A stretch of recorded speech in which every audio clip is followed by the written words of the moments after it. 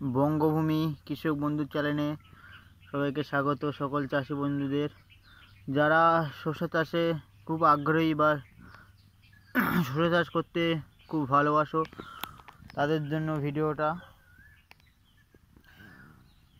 সে সকল চাষি বন্ধুদের বলবো যারা শস্য চাষ করছো ভালো ফসল হচ্ছে না, তো তাদের জন্য বলবো, আমি এর আগের ভিডিওতে দেখিয়েছিলাম যে শসা গাছের পাতা কুঁকড়ে গেলে কি ওষুধ স্প্রে করতে হয়। তো দুদিন হয়ে গেছে, আজকে আবার ধসা বা ফাঙ্গিসাইড ওষুধ দেবো আমি। আমার শসা গাছগুলো কিন্তু খুবই ভালো আছে, তাই বলে কিন্তু অবহেলা করলে হবে না যে ধসা লাগেনি ওষুধ দিতে হবে না।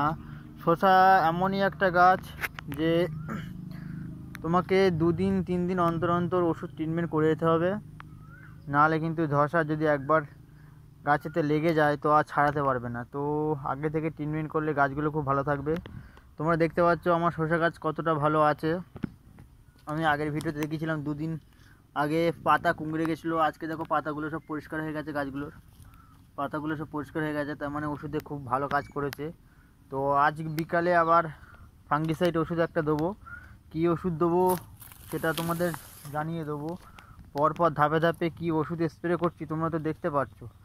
আর তার আগে বলবো, যারা পরপর ভিডিওগুলো পেতে চাও আমার চ্যানেলটা অবশ্যই সাবস্ক্রাইব করে নেবে, নাহলে কিন্তু জানতে পারবে না পরপর ধাপে। যারা নতুন সরষে চাষ করছো তারা কিন্তু জানার জন্যে কী ওষুধ স্প্রে করতে হবে, যাতে ভুল কোনো কিছু ওষুধ স্প্রে না করো বা ক্ষতি না হয়, না গাছগুলো নষ্ট হয়ে যায়, সেই জন্য কিন্তু আমার চ্যানেলটা অবশ্যই সাবস্ক্রাইব করে নাও, নাহলে কিন্তু তোমরা জানতে পারবে না পরপর কী ওষুধ দেওয়া হবে।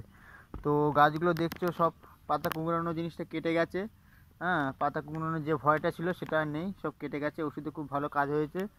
আর তোমাদের বলবো আজকে আবার একটা ওষুধ স্প্রে করব আমি, ফাঙ্গিসাইড ওষুধ। কী ওষুধ স্প্রে করব নেক্সট ভিডিওতে জানিয়ে দেবো, পরের ভিডিওতে। আর তাদের জন্য বলবো যারা আমার চ্যানেলটা এখনও সাবস্ক্রাইব করোনি সাবস্ক্রাইব করে নাও, নাহলে কিন্তু তোমরা জানতে পারবে না কী ওষুধ স্প্রে করলে বেটার হবে। শসা গাছের পক্ষে কী ওষুধ স্প্রে করলে বেটার হবে, শসা গাছ ভালো থাকবে, রোগমুক্ত থাকবে, এটা জানার জন্য। আর তোমরা দেখছো আমার গাছগুলো কিন্তু খুব ভালো আছে। আর একটা কথা, ফাঙ্গিসাইড এটা স্প্রে করার পরে এর পরের স্প্রেটা কিন্তু গাছটা 4 থেকে 5 পাতা হয়ে গেলে কিন্তু একবার তোমাদের বুস্টার 3 স্প্রে করতে হবে। সেটা কখন কিভাবে করতে হবে, কত ml করতে হবে তোমাদের জানিয়ে দেবো। বুস্টার 3 স্প্রে না করলে কিন্তু ফলন বেশি তোমরা দেখতে পাবে না। ফলন বেশি পাওয়ার জন্য কিন্তু বুস্টার অবশ্যই স্প্রে করতে হবে। তো আজকের ভিডিওটা এই পর্যন্তই। আমি ফাঙ্গিসাইড ওষুধটা বিকেলে দেবো, কী ওষুধ দিচ্ছি সেটা তোমাদের জানিয়ে দেবো। আর যেটা তোমাদের খুব বেশি করে বলবো যে এই কাঠ কিন্তু তোমরা অবশ্যই জমিতে লাগা হয়। এই যে এই কাঠ দেখছো কত পোকা, দেখো যত উড়ো পোকা আছে কিন্তু হলদে কাঠে আটকে গেছে। আর নীল কাঠ, হলদে কাঠ নীল কাঠ দুটোই দিতে হবে।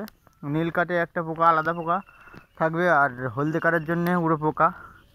হ্যাঁ, তো অবশ্যই চেষ্টা করবে কাঠগুলো ঝোলানোর জন্যে, তাহলে কিন্তু পোকা দমন অনেক পোকা দমন হয়ে যাবে বা কম থাকবে জমিতে, যেটা ওষুধে যাবে না সেটা কিন্তু কাঠে কাজ করবে। তো নেক্সট ভিডিও বিকেলে ওষুধ স্প্রে করব, তখন বলে দেবো যে কী ওষুধ স্প্রে করতে হবে।